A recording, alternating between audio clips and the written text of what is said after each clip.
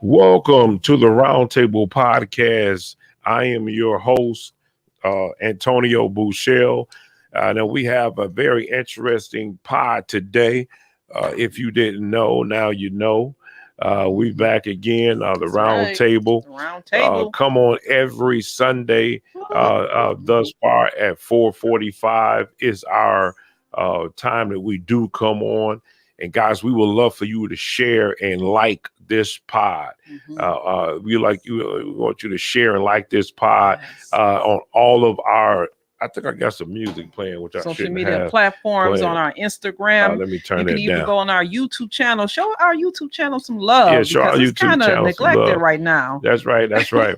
And guys, listen, you may see us with a weird background because we tearing this studio apart to rebuild it back up for Ladies B podcast. Right. So she can we remodeling so she can get her podcast. It's gonna be post recorded, not live. Yeah, it's gonna be guys, I want you to check that pod out. Her story. Her story is gonna be a Podcast. fascinating, interesting pod. Sharing stories of women. Yeah, women, and we memoirs, as they call them. setting this pod up so we got it looking a little under construction for at this far. Thus far, make sure you invite Lovely T because she got plenty of stories.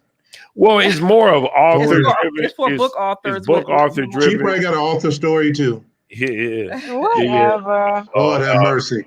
I think it's more of a spiritual. Yeah, Yeah, we have spiritual. some. It's going to be spiritual story journeys and things yeah. of that nature, and what Yeah. testimonies, things of that nature. And she got guests already lined up, so it seemed like it's. I got a Go ahead. What'd you say, Lovely T?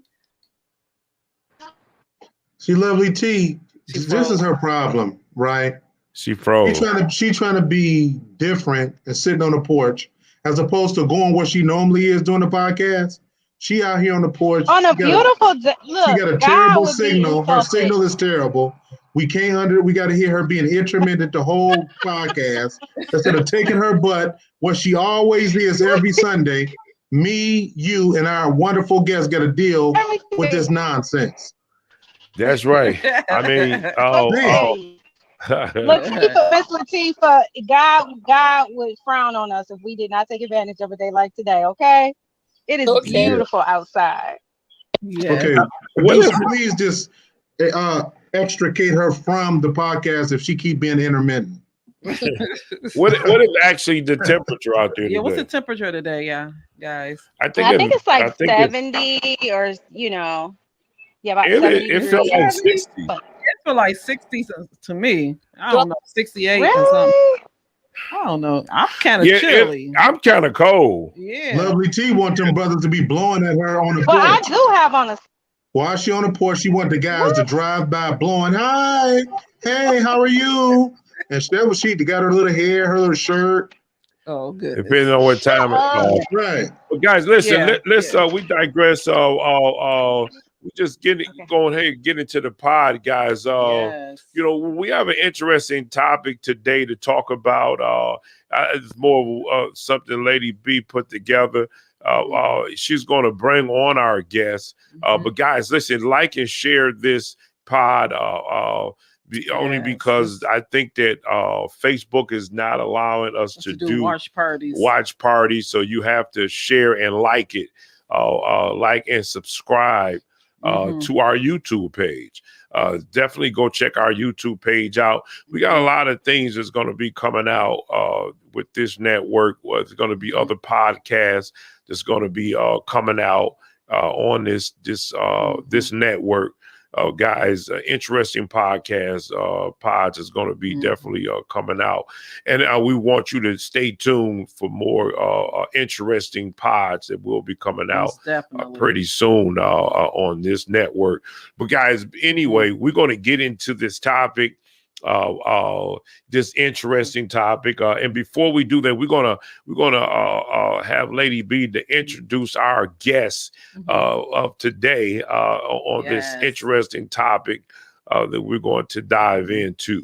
So we want to welcome our guest Latifah to the show, to the round table. We thank you for joining us here, and let's get a great show going on. But we're gonna I'm gonna read over Latifah's bio. Latifah has a great passion for writing self-help books, as well as mental health fictional stories, and expressing the realities of people going through mental health challenges. She holds a Master of Science in Clinical Psychology. Her research interest revolves around biomarkers of psychological disorders, suicide prevention, and prevalence of suicidal behaviors among minority group and young people, post-traumatic stress and growth in the military, chronic illness survivors, and victims of abuse and rape.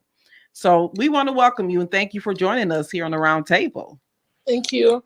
Yeah, we like to thank you for this topic. I guess I don't want to just be, because see, I want to dive into this, but before we had a video or something. We have a video. So our producer can go ahead and play our video. Thank you. Our topic is, of course, is on suicidal. So suicidal prevention. Are you feeling suicidal? Anyone that's out there that might be listening. So we're going to kind of dive in on that conversation today. So yes, if our producer can play, thank you. Next week, Fairhope High School seniors will graduate and look ahead to the future. But the class of 2018 is incomplete because more than 2 months ago, Reese Johnson ended his own life. He didn't make it to his 18th birthday. He didn't go to the senior prom, and he won't go to college, despite scholarships from multiple universities. Tonight, we delve deeper into teen suicide behind the smile of Reese Johnson. I want to warn you, some of the details are disturbing, but the Johnson family feels you're hearing their message may save your child's life. I won't stand here and apologize for the choice that he made that brought us so much pain and sadness. All I can say is I don't understand it. Reese Johnson seemed to have it all. I loved him. Great looks. He's a great guy, always funny, and I always remember that about him. Grades and a personality that naturally drew people to him. He would always joke that he wanted to make one quality short film, move to Italy, meet a nice girl, and make pasta. He had a way of making people feel good about themselves, yet few realized the hurt he held inside. He wasn't sitting around just, oh, woe's me. There was none of that, zero. Reese's parents tell me depression and anxiety run in their family. Reese suffered from anxiety. He was in therapy. He also had recent problems in school, and even though he had other scholarships in hand, he was nervous about an upcoming college interview. One night in February, he came home intoxicated, locked his mother out of his bedroom, and hanged himself. And I saw Reese's feet. He was hanging in the corner. I just screamed and tried to hold my son up. His parents, his friends, never saw it coming. Did y'all ever think he would take his life? No, didn't see it at all. He had actually said, once or twice, said something about committing suicide. You can't just say that, okay? Well, it was not even in the realm of possibility that he would ever do that, but yet it was a big possibility for him, and obviously he did. So many regrets, so much pain for everyone left behind. The pain that you feel, I think, pales in comparison to the pain that you cause. If someone actually says, I'm going to kill myself, take them seriously. Take them seriously, because you don't get a second chance sometimes. So maybe if somebody knows, I believe you when you say, Allah. so let's go get some help right now. And as difficult as it is to talk about suicide to our kids, the Johnsons say we have to start conversations. Reese's dad knows what he would say to Reese today if he could. It would be 8 words. I've thought about it. I'm sorry. Forgive me. I love you. All right, let's go ahead. Yeah, and guys, before we get off into this topic, I have a I want you to read that, but I want to, guys, here's a number for the hotline. It's if you having, if anybody's watching this, I know sometimes when this is get uploaded, we have people that's definitely looking at it. I want to give out this 1-800 number. Is a 1-800 number to the national hotline for suicide, which is, and I should have put it up. I didn't think to put it up as a lower third above the screen, but we have a number. And if you guys have one that you would like to share, please do so. But here's one. It says 1-800-273-8255. Again, that's 1-800-273-8255. And this is a national hotline that you can definitely call to get help if you're having these suicide thoughts or what have you. And we're going to get off into this conversation. Now, we looked at this video. And the video, matter of fact, go ahead and say what you was about to say. So in this episode, we will be discussing the traumas, depression, isolation, and more that young people are facing daily. We know that suicide amongst young people were high before the pandemic, according to statistics. Suicide has been ranked the 10th leading cause of death, even before the pandemic. So we want to be careful with our words today. However, the pandemic has worsened the suicidal rate, according to hopkinsguide.com.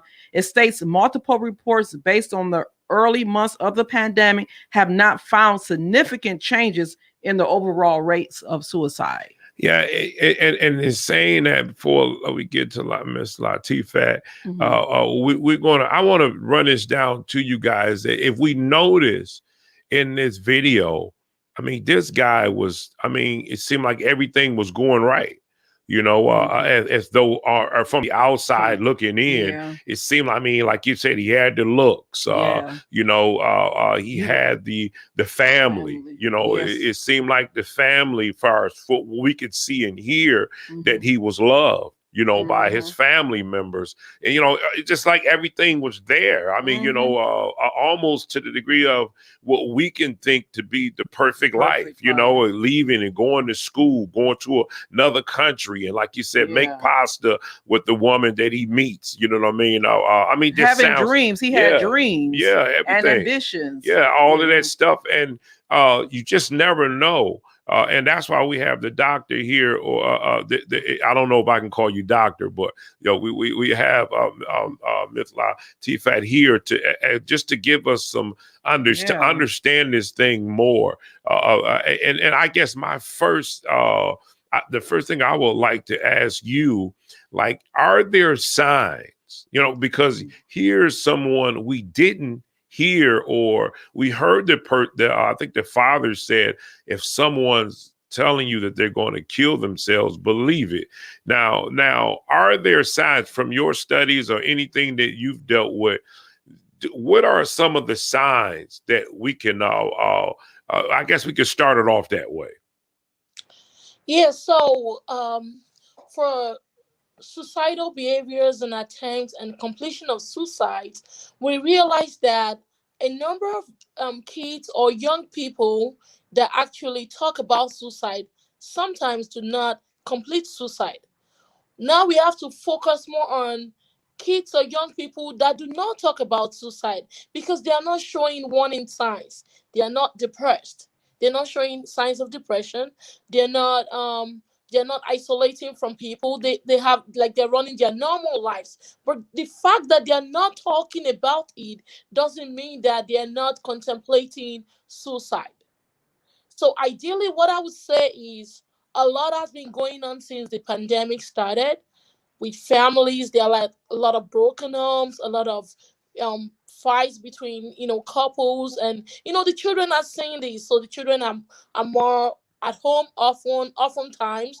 So a lot of time they need to be with their friends more than they want to be with their parents. They need to see their teachers. They need to be more engaged with schoolwork.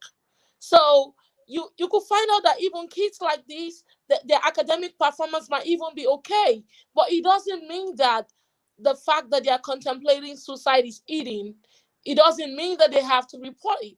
If they don't talk about it, it doesn't mean that they are not contemplating the ability to actually end their lives. So I think what we need as a nation or as a country is that every family needs a clinician. It's just like we need to start talking about suicide like headache, Yeah. like cancer, like diabetes. We need to start talking actively about it. Like families need to visit the clinician like they are visiting their doctors for checkup, so that we can be able to identify risk. And also, I feel that for this nation, parents and teachers should also be trained to be able to identify risk and see whether a child or a young person is trying to end their life, or like maybe something is going on. Well, Yeah. that's a good. That's good. And Understand. I want to ask you something else in that. And guys, the board and all the hosts and co-hosts is definitely To welcome join to in. join in. I guess my next question to you would be, what? Okay, I have my understanding of what I believe to some degree. Obviously, I'm not a doctor. I don't have a degree in this area, but my mindset is, I would like to ask you, what be the reason, or have you heard have someone come into your office, or it's someone that you've dealt with or worked with? What would be their reason to say that they want to end it all? Do you know? Yeah, so during my years of practice, I actually have seen a 10-year-old, like sent to the hospital, and then, we have to talk to them to know what's going on. And then a lot of times people are wondering, oh, why do you want to end your life? Of course, their emotions are valid. And then this little boy told me, he said, my daddy does not like me. I just feel that things are not going on with me at home very well. My brother curses me out a lot. Like these things happen. So and then it feels worthless. So these emotions begin to, transform into something else. And then the child or the kids begins to bottle this up, and then because they don't have nobody to share their feeling with, because they don't have nobody to they don't have nobody to look up to. And then the people they feel they could actually look up to, actually the ones that they feel that they are like a threat to them. And that's why, as families or as parents, we need to have what is called unconditional positive regard when we are having a talk with our children. We need to be able to listen to them unconditionally and not judge them. So you actually realize that when a kid comes to you and then they tell you, I've seen kids come and then they say, I was trying to tell my father that I was trying to end my life, but then he didn't believe me. So the kid eventually actually took a lot of, like, he took about 30 like ibuprofens. And then when the child was sent to the hospital, the child was telling us that I told my father that I really wanted to do this, but then it didn't like listen to me. So we need to listen. The fact that somebody is talking to you about it, we need to pay attention.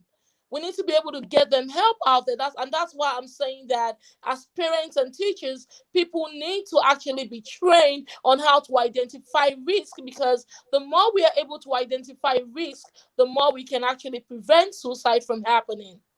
Mm. Yes, Wow. and if I could chime in,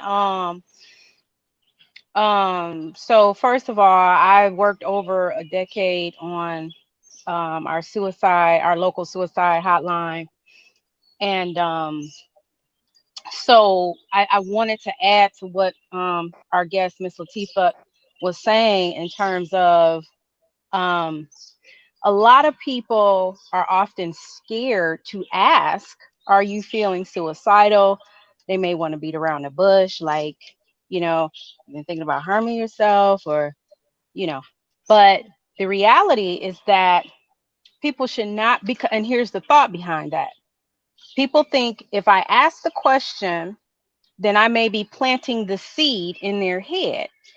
And I just want, our audience to know that that's the farthest thing from the truth, in that it's almost like taking the top off of a pressure cooker when you ask that question, because as our guest said, with the little boy, suicide is often a cry for help. People don't want to end their lives. They want to end the pain that they're in, and they feel that the only way to escape it is through ending their life. So if someone is there that's willing to listen to that and validate how they feel, that's actually a relief for them. It doesn't plant the seed just because you ask, and then you don't have to beat around the bush, because people self-harm without suicide intent. They self-harm to relieve pain. So it's not even, have you been thinking of harming yourself? Even though I'm guilty of saying that. Like, you can ask directly, are you thinking of ending your life, killing yourself? Bring the reality to the forefront. And I know we're talking about kids, so of course you want to be age appropriate, but yes, validate how they're feeling. Don't be afraid to ask the question, and I'll shut up and leave room for others to No, talk. that's good. That's good. That's good. Good. That's good. That's really, really good. Okay, so my thing is, I want to make sure I don't think we're talking about just kids, right? We're talking about in general, everyone. You know what I mean? Because maybe there's someone out there we don't know that may fall up on this pod and need to hear what's going on. So I don't think we have an age thing in this one. Did you want to add something to that? Well, we could talk. It can be broad, but I did say young people, but it can be broad. Okay. Okay. I think the same conditions really is general. Go ahead, Miss With what Lovely T said, actually what she said is actually very, very important. The way we ask the questions that we ask, and in the years of practice, it is actually like a good thing not to ask like close-ended questions. You do not plant these questions to the people because they actually want to get the help out there. And that's why there's this woman, Dr. Kelly Posner. She's been working on this scale for a long time, the Columbia suicidal severity scale. And then she is saying that she wants people, like everybody can ask about suicide, so that actually training more people on how to use this scale and how to ask questions about whether you're trying to end your life or like, do you have any plan? Because we realize that the more we ask people open-ended questions, it actually gives us a range of idea on what the person is intending to do, if they have ideation or if they have a plan to like end their lives. So I would just agree with what Lovely C said. Yeah, and I want to build upon what Ms. Latifat said in relation to unconditional positive regard, because one of the multiple reasons why people commit suicide. One is loss or fear of loss, like for example, like social status, for example. And I think about how just me being a young boy, and I could fall, hurt my knee. The dad says, "Ain't nothing wrong with you. What you crying for? Go back out and play." As opposed to, so now it's being built up, in this male, this status that I have to hold it in. I can't cry. I have to show strength all the time. So now, because I've seen research about, sometimes spikes with men in terms of suicide because of the status and being a male, I can't. So I may as well just commit suicide. And what you said about unconditional positive regard, as opposed to saying there's nothing wrong with you, get over your man, as opposed to a simple question, hey, are you okay? Can I help? Right. That, I acknowledge that you are in pain. So now what can I do to help you? So now I can kind of let down my guard and the stigma of, I have to be strong. I'm just from a male perspective. I have to be strong. I can't show weakness. I can't show that it's okay for me. I'm not infallible, so to speak. So that's a good point about the unconditional positive regard when it comes to those issues. Yeah. Now, here's the thing, right? And obviously I can't put names out there, but there is someone that we are aware of and belonged to a church. And the lady lost both of her sons to suicide. I mean, both of them within a year apart. They both took their life. And these individuals, they were older, younger guys, and they were in college. I think the first one at least was in college. Both of them were. Okay, they both were in college, and they took their lives. I don't know if it was a thing where I don't know. You know what I mean? I guess obviously because I wasn't there to know what's going on in their household, but they both did take their lives. Now, let me ask you this. Now, where does mental health in that area, where does that play in there? Because maybe there's someone out there who they're not being told if they go outside and play because my knee hurt, or I bust my knee, and or I'm saying that I want to do this. Maybe they felt like that they're because here's the thing, right? Life puts a lot of pressure on you. This life that we live in, to succeed. To succeed is a lot of pressure, especially in college, depending on the level that you need to be at, depending on the degree that you're going after. Some degrees are a little bit, to some people a little easier than you have those degrees that, it requires a lot just to perform, and maybe you feel like I can't perform the way that I need. So, I you know what I mean? So like you do whatever it is you do because of the stress, so what do you say to people like that? That's under those, the signs aren't there. I'm not going to my parents. It's just that, I felt like I'm not succeeding in life. Are there people like that who deal with, commit suicide? Yeah, I would say, of course, you are absolutely right, because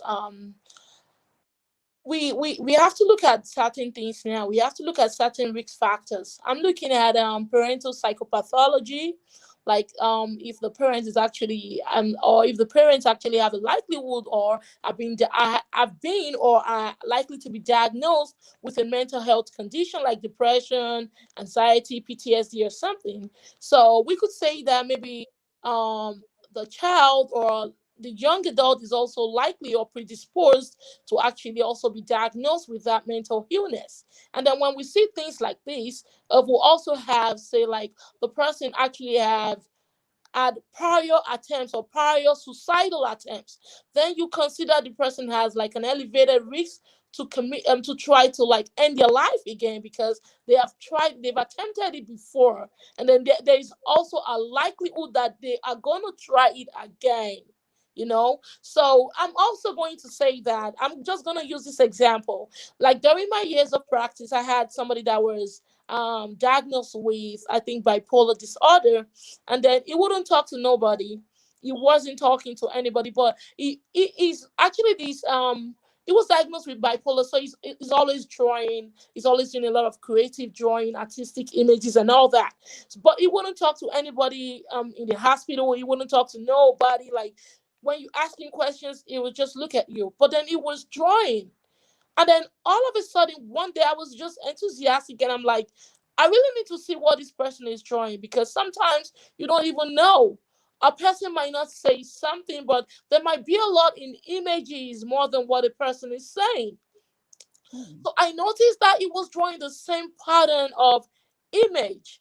And then this pattern was that it was drawing a bird in a cage. And all of a sudden, almost at one point, we had to put the pictures together to actually study like the pattern in which it was drawing. So at some point, he actually drew that the bird in the cage was about to fly up to the sky. It was at this point that we had a meeting, and I'm like, I think this person is telling us something that we are not seeing. So at some point, we actually identified that there was a likelihood that this person was trying to end their lives. And I told them, I said, listen, we need to come in at this point. We need to be able to talk to this person. We can't leave them alone. So it was like a cedar thing. We had somebody try to monitor them one-on-one to make sure that they don't leave their side, to make sure that we do not allow them to complete the action. And it was at this point that this young man had to say that yes, the bed in the cage, he was actually fighting for his own freedom because he wanted to end his life. And if I could add to that too, like, so, and again, I'm generally speaking about, you know, about suicide. When people are ambivalent, when they're in a crisis, right? They're unsettled. So when someone is feeling or having suicide ideation and they're at, what I would say a threat level, you may actually see an instant change in behavior. So this person that was, sad or stressed, or may have mentioned like they're feeling overwhelmed. And then all of a sudden the next day they're like calm and cool and happy. And so I just wanted to put like a warning sign out there that, that might be something to question, because exactly what our guest was talking about, the reason why they're calm, the reason why they're at ease is because they've made that decision. They're no longer in ambivalence. And so because they've, come to that decision, they're good. And so what you may interpret as, oh, this person is better now, or oh, something must have really good must have happened and they're no longer suicidal, when just yesterday they were totally the opposite. Like, that's a red flag. That's a red flag, because they've made the decision that this is the way out of my pain. I found my answer, so I'm good to go. Well, let So me I just ask you wanted this. to add Let that on me ask there. you, now that's interesting, but now to me, when I hear that, that sounds like a whole lot of people that I know.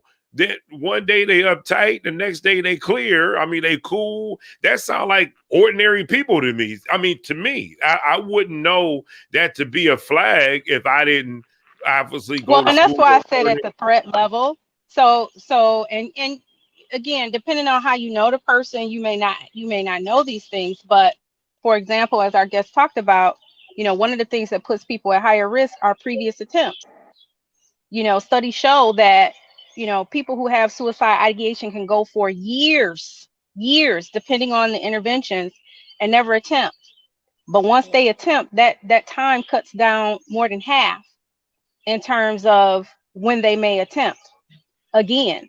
So looking at several risk factors, like you say, yes, normal people go through ups and downs, ebbs and flows in life. But somebody that's feeling suicidal, you know, other signs have shown themselves. You may not have picked up on it. Let's say all of a sudden they gave you a letter and they said, I want you to have my dog, or I apologize for something I did 20 years ago. Like, they're settling their business. And then again, like I said, that next day, all of a sudden they're good to go. They're happy. Like, I'm just saying, those are some things that would cause a red flag, that would cause you to say, hey, let me check in with this person. It doesn't mean they're going to do it, but again, it's a warning sign that people often miss. I was in a conversation at work, and one of our participants in the group that I was leading shared a very personal story about how he lost a very close friend who was misunderstood to suicide. And he said, I wish there was more I could have done. And that's like the number one, that and anger are the like number one and two reactions to people who have lost someone to suicide, because there's always the question of why, and I should have seen it, or I wish there was more I could have done. So again, just trying to throw out some warning signs. Now, Miss Latifat, should we? Okay, so when someone obviously commits suicide, there it seemed like there's so much guilt on the person, like the parent or just the loved ones, feeling like, with just what Lovely T have said, they wish that they could have done more, or they could have paid attention. Should they be the blame, or are they to blame? So what I'll say to that is actually different based on cultural context, based on religious factors.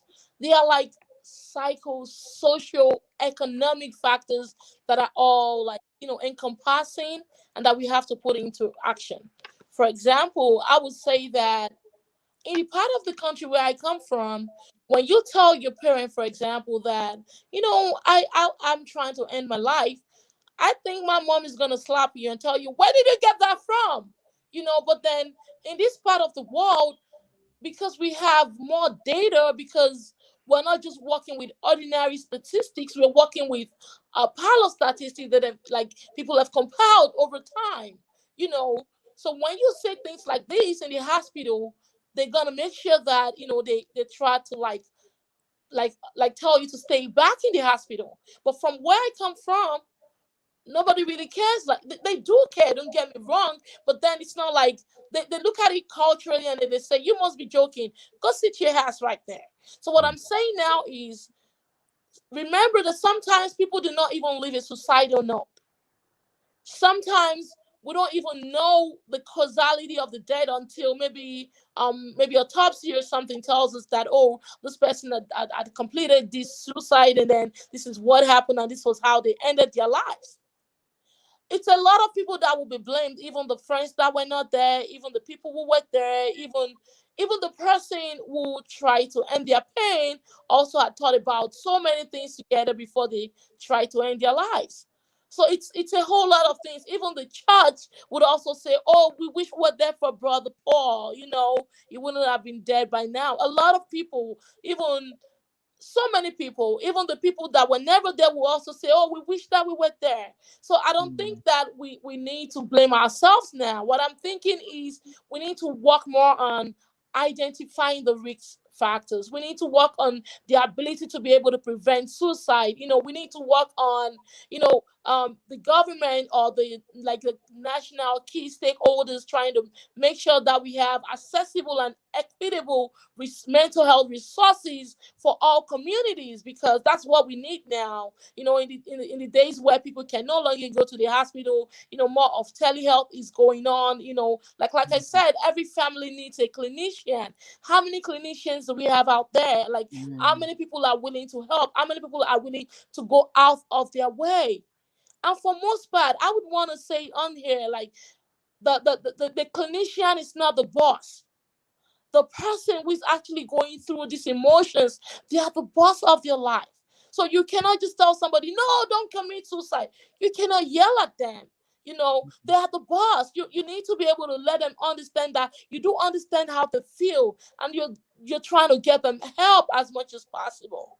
Wow, yeah, so now let me ask you this. I'm gonna go down this road. Is suicide? I mean, this has been a thing since biblical time.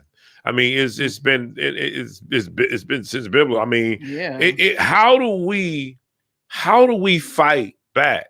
I know you mentioned some things. I guess I was soaking up as being awareness, being aware. That's how I would title it. But and is there any other way? Because like I said, it's been something that's been going on since biblical times. So this has been something that's been out forever and a day. And will we ever win this fight in terms of suicide? So I got a 5-step plan real quick. I just wanted to read it real quick. Okay. Well, it says, well, not I have it, but it said how and why the 5-step can help.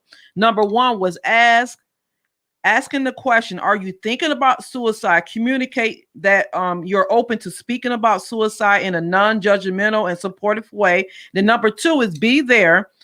This could mean being physically present for someone, speaking with them on the phone when you can, or any other way that shows support for the person at risk. Then number 3 is keep them safe. First of all, it's good for everyone to be on the same page. After the act step and you've determined suicide is indeed being talked about, it's important to find out a few things to establish immediate safety. Then it has number 4 as help them connect. Helping someone with thoughts of suicide connect with ongoing support like Lifeline, like the number we gave out today, can help them establish a safety net for those moments that they find themselves in a crisis. And then number 5 is follow-up. After your initial contact with a person experiencing thoughts of suicide, and after you connected with them, with the immediate support system they need, make sure to follow up with them. So those are like 5 steps for the plan of action. I think Miss Latifah was going to say something.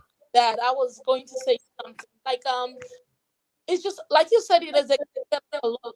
Remember when you have athletes on the field, or like footballers try to play the game, somebody gets injured on the field, and then you have like these first people with the first aid box trying to help them get help.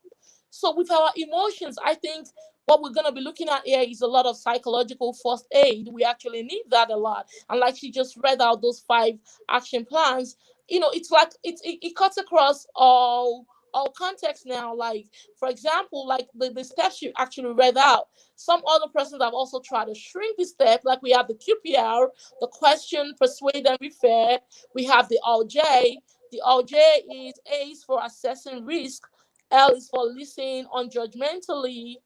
G is for trying to give the person information and reassurance that they're gonna be okay. Do not promise that you're gonna keep the ideation a secret. You're not gonna give them that promise, but just let them know that you're gonna be there to get them the help that they need. We have E, trying to encourage them and ensuring that they're actually okay and helping them to get professional help. We have another E where you're actually trying to help them get self-help, like trying to call the national hotline, or you could start from any of these. You could start from trying to listen to them unconditionally. It doesn't even mean that you have to start the way these steps are. You could take it from anywhere. We also have like the safe talk. The safe talk, they call it suicide alertness for everyone. That's what the SAFE is for. And then the T is like, you tell them that you just have to talk to them. You ask them what the ideation is or what they are planning.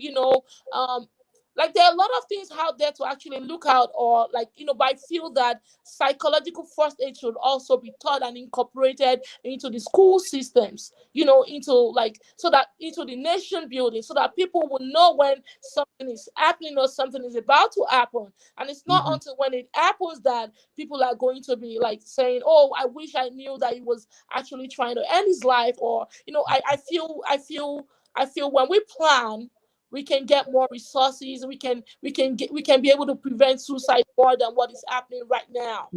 So what about like when you go to the doctor office? I don't know if you guys had it, where they'll ask you, are you depressed? Are you having any problems at home or whatever? So what if they had something like that even in the school districts, where it was a private box in each classroom, and they get to drop down, like they'll have a slip. And they'll, on the slip, it'll say, are you feeling depressed? Are you feeling suicidal? So they drop it down in the box. All the students put it down in the box. So the teacher gets it at the end of the day. So she can kind of read through it. And if any kids, being honest, then they'll be able to at least work towards trying to address those issues. What about, something like that? Yeah, like I said before, I already mentioned that. I said, like, even parents now, it's not the suicide risk should not just be for first responders. Everybody can trained to be able to identify risk or suicidal ideations or behaviors. Parents, teachers, because in the real sense, they're also first responders. The children spend more time with the teachers. They also spend time with them. They spend more time with the parents. I feel that parents should be able to identify risks too. Not just saying that their child is not talking. They should be able to talk to them like unconditionally, not try to like yell at them like, why are you thinking about that? I've seen so many times people come to the hospital and then we have parents yelling at the children for thinking the way they think. You can't really blame them. You can't really blame the children. You just have to be able you just have to be able to listen to them, to listen to what is going on in their minds. It could be the academic performance. It could be some trauma that has happened to them. We have a lot of people come and then they report that, I was raped at 7, and they don't really discuss these things when they happen. So this emotional trauma can come back because it was repressed at some point. And then you're not even capable of the way a person is thinking. You can't really know what they're thinking until they tell you what they are thinking. So I feel that even schools, like places, should actually encourage people to write more journals, be able to tell you how they feel in their journals, so parents can go back to read what is going on in their kids' life. I feel neglect too is a thing. Parents should try not to neglect their children for too long. They have to be there for them. And I feel that's key. Yeah, that's pretty good. Yeah. See, here's the thing, right? Well, I was Okay, gonna before you go take ahead. it somewhere, Tom, Okay. RW3, what were his thoughts as a former school administrator? Well, even of course, my first thought, and that was great for Lady B to bring up. I think there's a so I'm just from an administrative perspective, not a mental health person. There is an inordinate amount, I think, of expectations and pressure, I think, on the school system to be almost a catch-all for so many things when it comes to the young people, when it comes to when the child is hungry, feed them. They don't have any clothes, figure that out.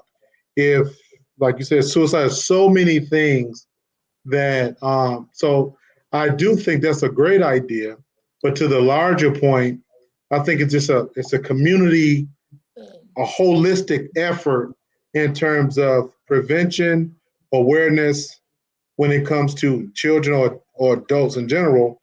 But I think it's going to take everyone to be participatory in it, because it's not just one person or one situation or one factor. It's just a combination of many things. I think Tone mentioned earlier,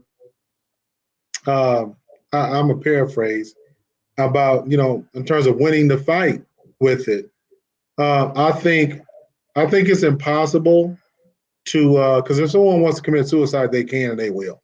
Yeah. But what I think what we can do is, based on these conversations, resources being available, being honest about it and being open about it, we can significantly bring down the the advent of suicide with what we're doing here. So Yeah, I think that more conversations need to go on, because sometimes we become I don't know if complacent is the word, but sometimes we can get in this outfit where we just it just something that happens, oh, somebody committed suicide, and we're like, oh yeah, wow, and then or we feel sorry for that person. You might feel sorry at that time, but then life goes on, right? So it's that thing where I think that us, or those who are in this area of educating,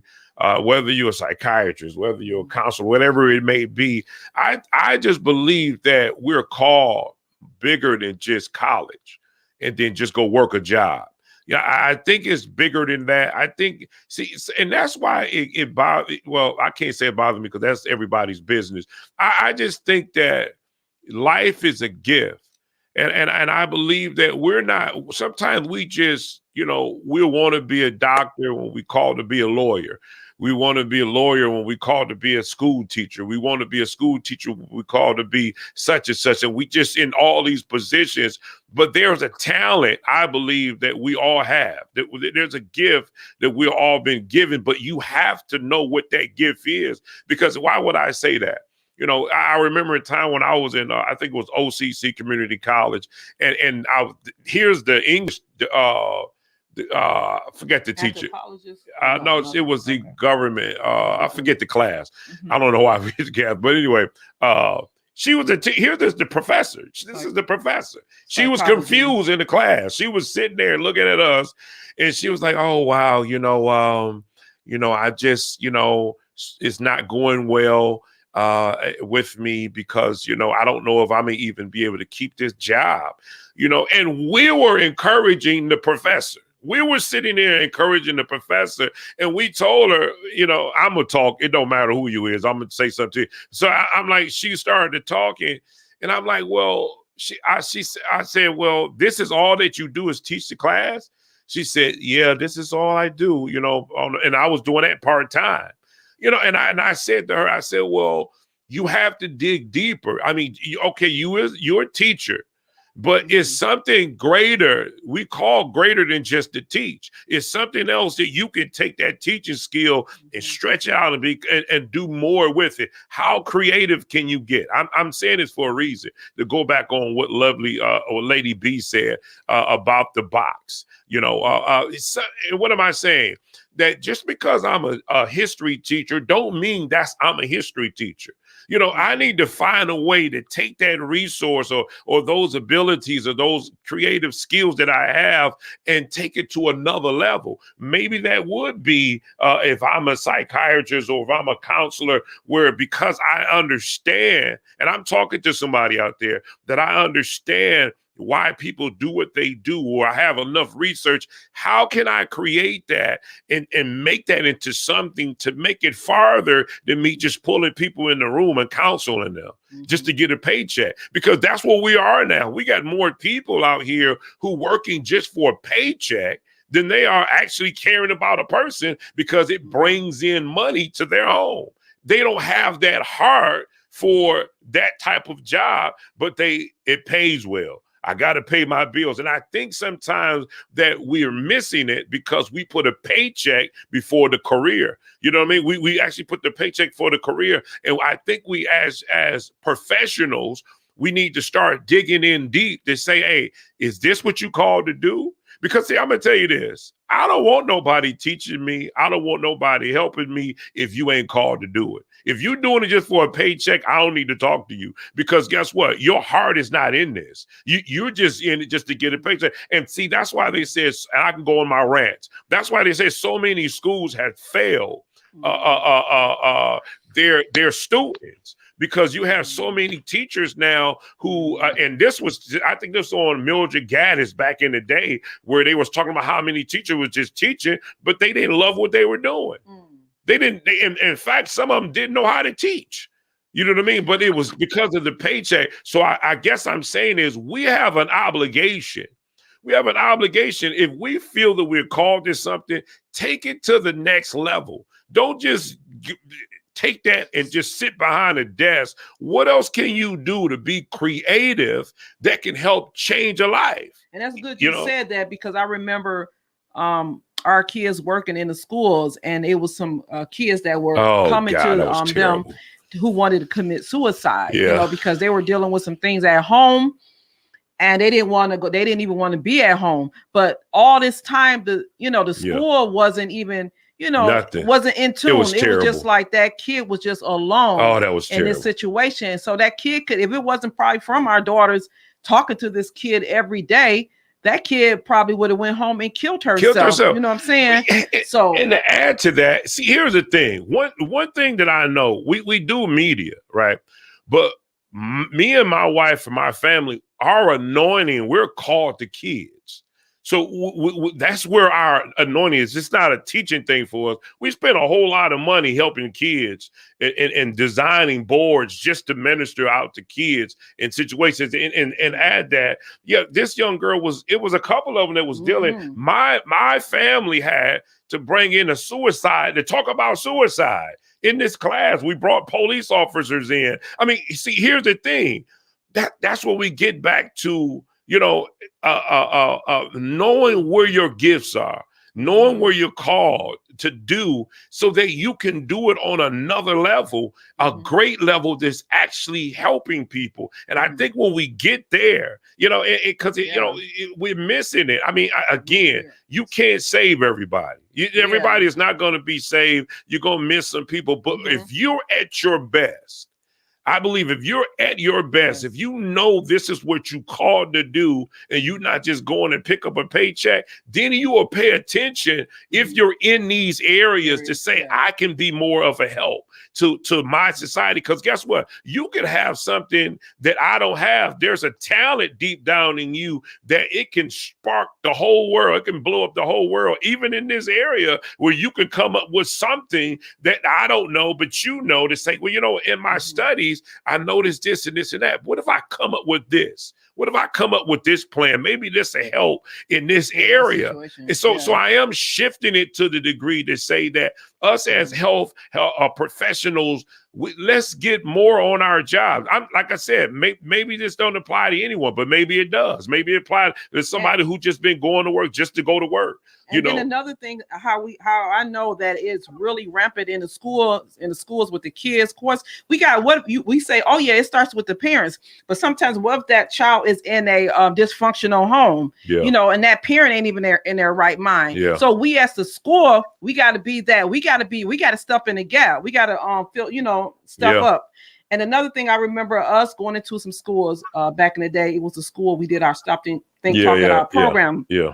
It was some girls in there that was talking about slitting their wrists and things like that. So we know how prevalent this thing is inside of young people. Yeah, and we didn't come up to them with the proper language. We only had our course. We had our course, and we didn't get involved with, we had our Stop Think Talk in our course, and by the end of the course, the young lady she was doing a lot. Well, she seemed to be doing a lot better. Whatever. I can't diagnose her, but from what she was, she's still alive. I can tell you that. You know what I mean? But even to the degree where one of the young kids were coming to my daughter that was in one of the class schools, and she was saying, "Can I go home with you?"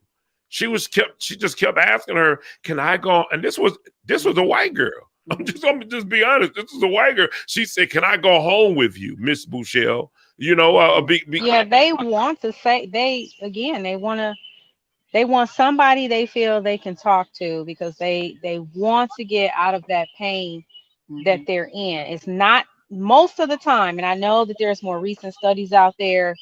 You always have some anomalies or some folks that are an exception to the rule, but for the most part, for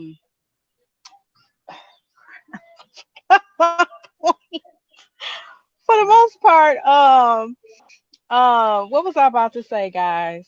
Crapola. But okay, anyway, forgive me. I went off to a tangent, but I did want to ask, because we are nearing, if Miss Latifa could talk about protective factors. That's where I really wanted to go, is talking about those things that build resiliency, and that are protective factors for our youth, to help them if they are struggling with suicide ideation.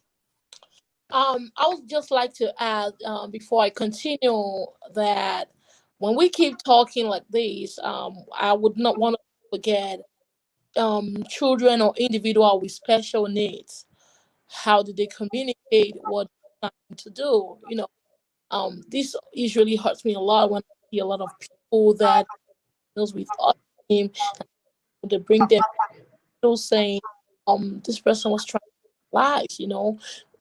Already we know that there is a lot of social connectedness with kids. They might not be able to get work, or they might not be able to show signs. So how do we able to cater for people this category? I just digress for a bit, because there is really nowhere we keep talking about every other person, and then we're not trying to be inclusive. I it's important to talk about things like that, so that we can be able to give more support to individuals with special needs, autism, ADHD, and then I'll try to what you said. Yeah, you're right about protective things that can actually help, build their like. I would just like to add that we're gonna keep going on and on talking about these protective factors, like when I said about writing, encouraging kids to write more about the journals, like trying to develop maybe like a book, a worksheet that put out the field. It could even be integrated into curriculum. Like it's just like an essay, like how you're feeling today.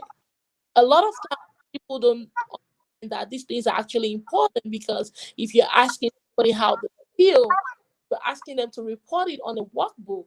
They could tell you more than they say when you them over the phone. You know, what happens to like digital connectedness? You feel what I'm saying?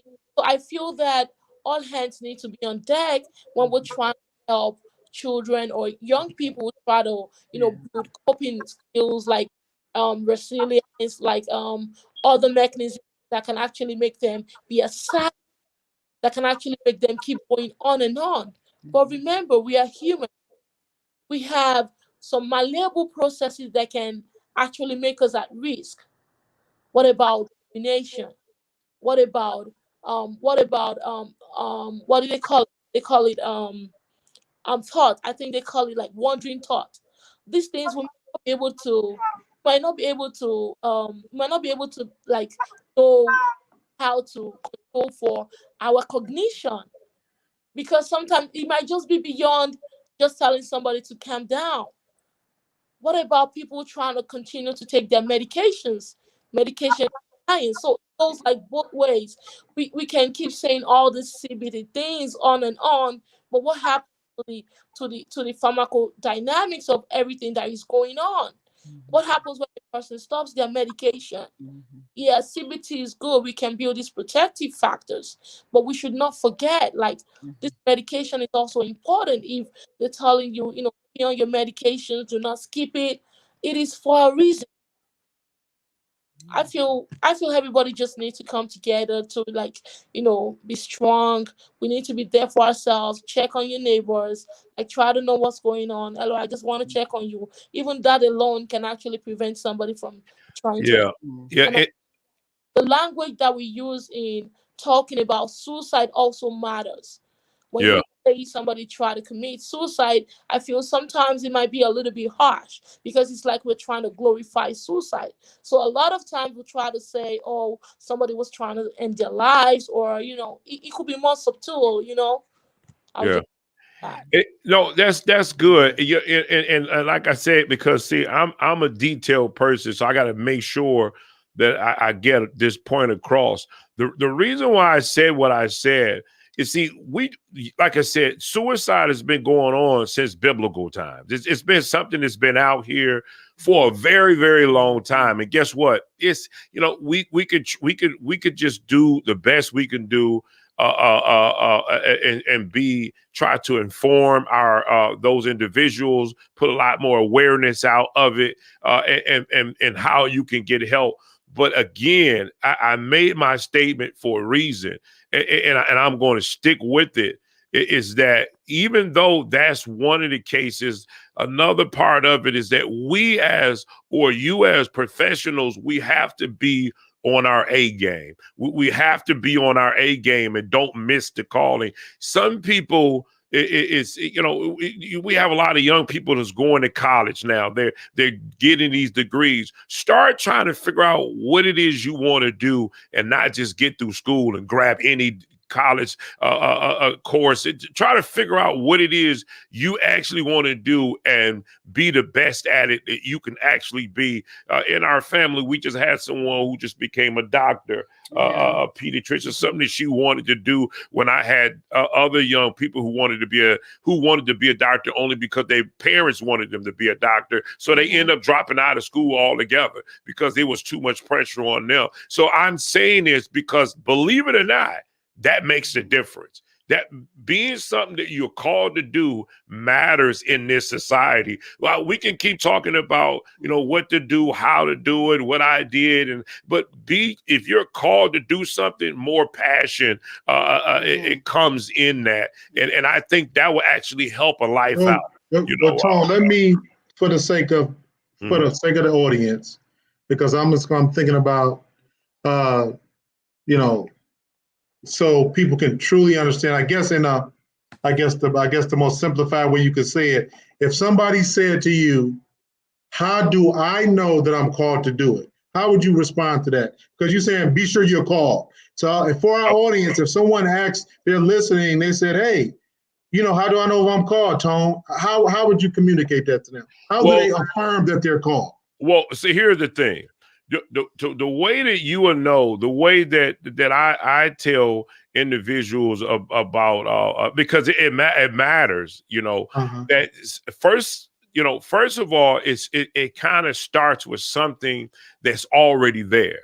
You know, it's already there, meaning it's something that you have a passion in, whether that's helping people, whether that's digital media, whether it's something that you would do even without someone paying you. You don't have a problem doing this if they didn't pay you to do this. You would do it because it's something that you love to do. Then you have some people who like giving.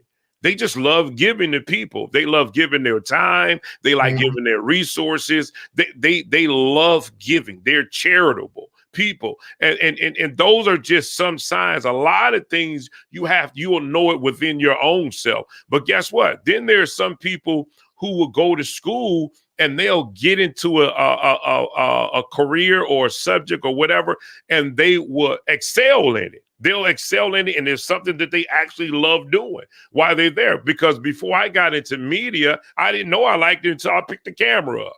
I mean, you know, I didn't know I liked this until I actually picked up the camera. And as I went farther and farther, I said, wait a minute now. Okay, yeah, this seemed like I could flow with it. Go ahead. And we had, just to add real quick to our guest, Pastor Jackie Henry Paul, thank you for joining. She said you're right on it. And also, thank you, Ms. Vicki Linnell Evans. And to build upon what you said, Tom, Vicki said, if what you're doing makes you happy, even if you're not getting paid. Yeah. Thank both of you all for your comments and joining the podcast. Okay, go ahead. Add on to that because Tony, sometimes I do agree with you, like you should actually fulfill your call, but then all these things, like, you know, sometimes in real time we need to be really, really realistic, because what if you remember, like, people go to medical school and it's not everybody that actually fit. And then when they come out of medical school, there's a lot of debt that they have to pay back. There's a lot of perceived stress, a lot of burden of care. Like, we can't really control for that. And in my years of advocating for mental health, education, and hunger, like, these are like real issues out there. They're like social malaise that people do not have control over. You know, like, when somebody is hungry, how can they take care of somebody else, and then they are trying to fulfill their calling? You know, it's a little bit like, you know, it's a mix up. You know, we just keep that encouragement out there and get people going. You might really be, even if you try to, sometimes people will say, oh, I was called to be a pastor. But then how do you get money to feed yourself? Like, you know, sometimes people say, oh, I was called to be, you never really hear people tell you I was called to be a doctor, because there's a lot going on in medical school. Like, to be honest, like, you see a lot of debt, and then they have to pay all this debt back. That's the ones that can pay, you know. So they have all this burden in their head. Like, so some people might even have a dying father at home. They have other issues, marriage. It's a whole lot. Like, so no, I get it. Like that. That's right. But there are people who actually are called to be in the medical field. They actually are people who actually listen. I remember I used to do a job, and we own a delivery service, and at this time I had to take in, it's a little what are those cadavers or whatever they call bodies, and bodies, cut up bodies and everything. And I went, I dropped off this cadaver, whatever you call them. I dropped it off to the doctor, and I took it in and dropped it off and I told the doctor I couldn't even look at it. I mean, I didn't even want to take it out of the truck, let alone. My wife would ride with me sometime. Not to put her out there, but when she, when I get out the car, she'll get out the truck because the body will still be back here in the back. And she get out. She said, I can't sit in the truck with that thing. But when I took it in there, I told the doctor, I said, you know what? This have to be something that you called to do, because I couldn't do this type of work. I couldn't sit around and do this type of work. So it have to be. And she said, yeah, you're right. It's something that you have to be called to do. You have to, it have to be something that is really something that you are committed in, because it takes so much to be a doctor. It's something, trust me, I believe that, well, I don't want to go there, but I guess all I'm saying is being called to do things is better to when you work those things out. You still got to work it out. Whatever it is, you still have to work it out. But that other pressure in there is that you won't go to work hating your job. You won't go to work feeling like that you're somewhere that you don't want to be. And see, that's the thing, because listen, when you start hating your job, you, to some degree, that can push out on other things that you do. It can go into performance of your work because of you hating what you do. So it'll spill out it can spill out on people. So it can to talk about, actually. Medical standards of each profession. And that's why you have to drop your values no matter what's going on in your life, because you've been committed to an oath that you're going to perform this job regardless of what is going on in your life. And I absolutely do agree with you that what you're saying is valid. I'm just also trying to just add on to the other side that, when these things also happen, like people also have things going on in their life, even as therapists or clinicians. We also need clinicians too. Like I talk to a therapist. Like, it's not that because you're a therapist then you're perfectly okay. I have a lot of stuff going on too that I try to share with other people. Right. Because we all need somebody to lean on. They all That's right. That's right. That's right. Awesome. That's awesome. right. Yes. That's right. So, I agree with that. I mean, it is what it is. And I'm just saying that to become a better you. To become a better you, and I hate that, love one, try to get off into self-love. I'm not, that's a whole different topic for me as well. But I just, all I'm saying is, in order to help somebody else, you have to help yourself. You have to make sure that you where you called to be. I just believe that. And I think that we could become a better world when everybody's happy, right? If that ever happens, right? You know what I'm saying? So all I'm saying is that, to get past this, but there's suicides that's going on out there. Mm-hmm. And one of the things that I will leave, that I wanted to leave with a lot of people, and again, this is just me, and I'm obligated to do this every time I do this podcast.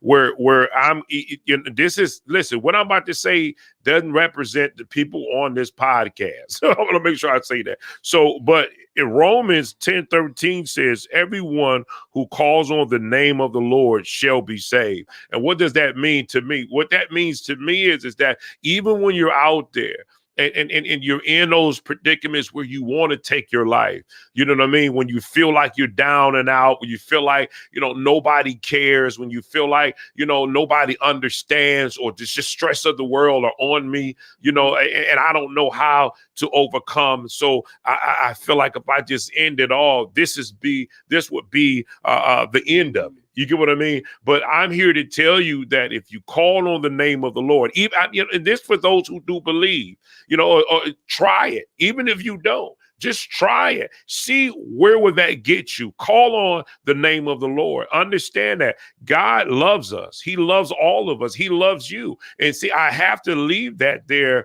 to let you know that, if you call on his name, he will answer. He will answer, but give him a try. Before you try whatever it is you're going to do, before you pick up that gun, before you try those pills, whatever it is that your tactic, before you do that, get down on your knees and mean it with all of your heart.